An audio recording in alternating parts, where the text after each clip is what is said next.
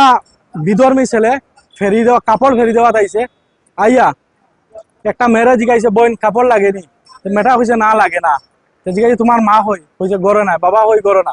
মেয়েটা 13 বছরের মেয়ে, মেয়েটা তো অতটুকু বুঝছে না, কিতালাই জিগাইছে এটা বুঝছে না, তো হয়েছে জল দেও। মেয়েটা 1 গ্লাস জল দিছে, জল দেওয়ার পরে জল খাইছে, খাইয়া মেয়েটা ঝাড়ু দেওয়াতে আসলো, গিয়েও মেয়েটারে দড়ি রয়েছে, দড়িয়ে একটা পালঙ্গের মধ্যে ফেলাইছে। আমরা যেটা গিয়া দেখছি এখানে, বা আমরা মেয়েটারে জিগাইছি, মেয়েটা স্টেটমেন্ট দিছে, ফালাই দিছে। ফালানির পরে মেয়েটা খুব চিল্লাইছে, চিল্লানির পরে কিনারের মানুষ দৌড়িয়ে আইছে, মানুষ দৌড়িয়ে যাওয়ার পরে হে বাইর হইছে, বাইর হইয়া হে জঙ্গল দিয়ে, ঘরের পিছনে জঙ্গল আছে, জঙ্গল দিকে দৌড় দিছে।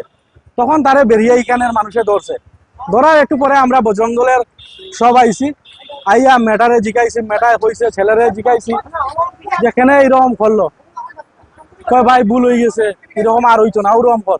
কিন্তু আমরা দেখতে পাই আর বিভিন্ন জায়গা শুধু বিধর্মী ছেলেরা এরকম ঘটনা করে, আমরা হিন্দু মেয়েরার উপরে টার্গেট করে।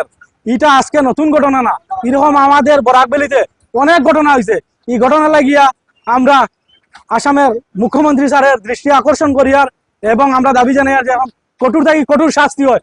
যদি এরকম জিহাদিদের শাস্তি না হয়, তাহলে আমাদের মা বোনরা কিভাবে সুরক্ষিত থাকতো।